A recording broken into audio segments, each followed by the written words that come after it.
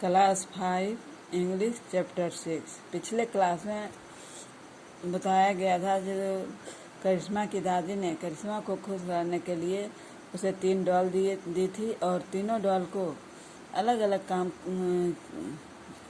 तरीके से उसको डॉल के द्वारा समझाने की कोशिश की।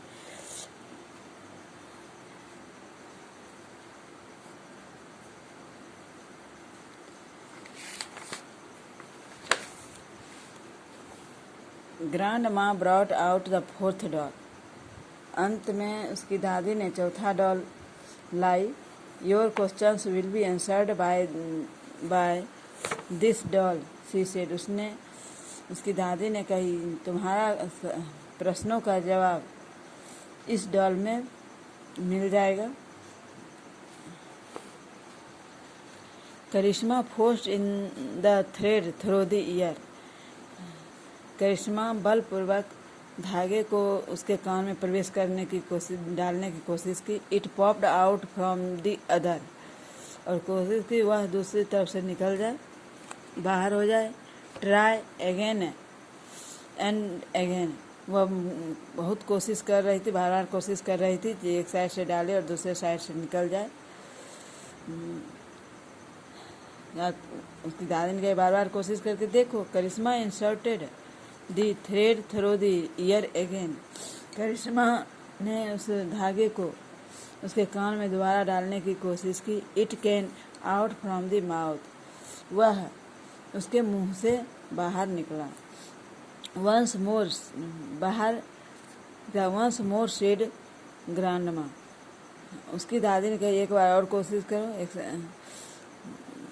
करिश्मा shift the thread through the ear and it did not come out at all.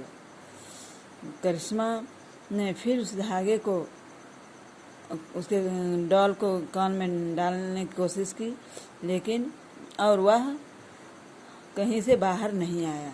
This is the best kind of a person, said grandma. उसकी दादी ने कही, सबसे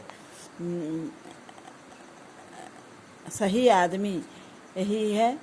it is the one who knows when hear, यह जानता है जो वह सिर्फ सुनने काम कर रहा है। when to talk and when to remain silent, जब कोई वह बात करता है और वह शांत रहता, चुपचाप रहता, सिर्फ सुनने का काम करता है वो। Grandma smiled at Karishma and there was a moment of silence. उसकी दादी ने मुस्कुराई करिश्मा पर और वह कुछ क्षण के लिए शांत हो गई। Karishma's eyes twinkled as the got the message her grandmother was trying to her. Karishma के आँख चमक उठी। ग्रैंड मदर ने उसको एक संदेश दिया, जो कोशिश कितनों को ट्राइंग टू टेल हर से कोई कोशिश भी कर रहे, बहुत कोशिश कर रहे, तब वो किसी से बात करे।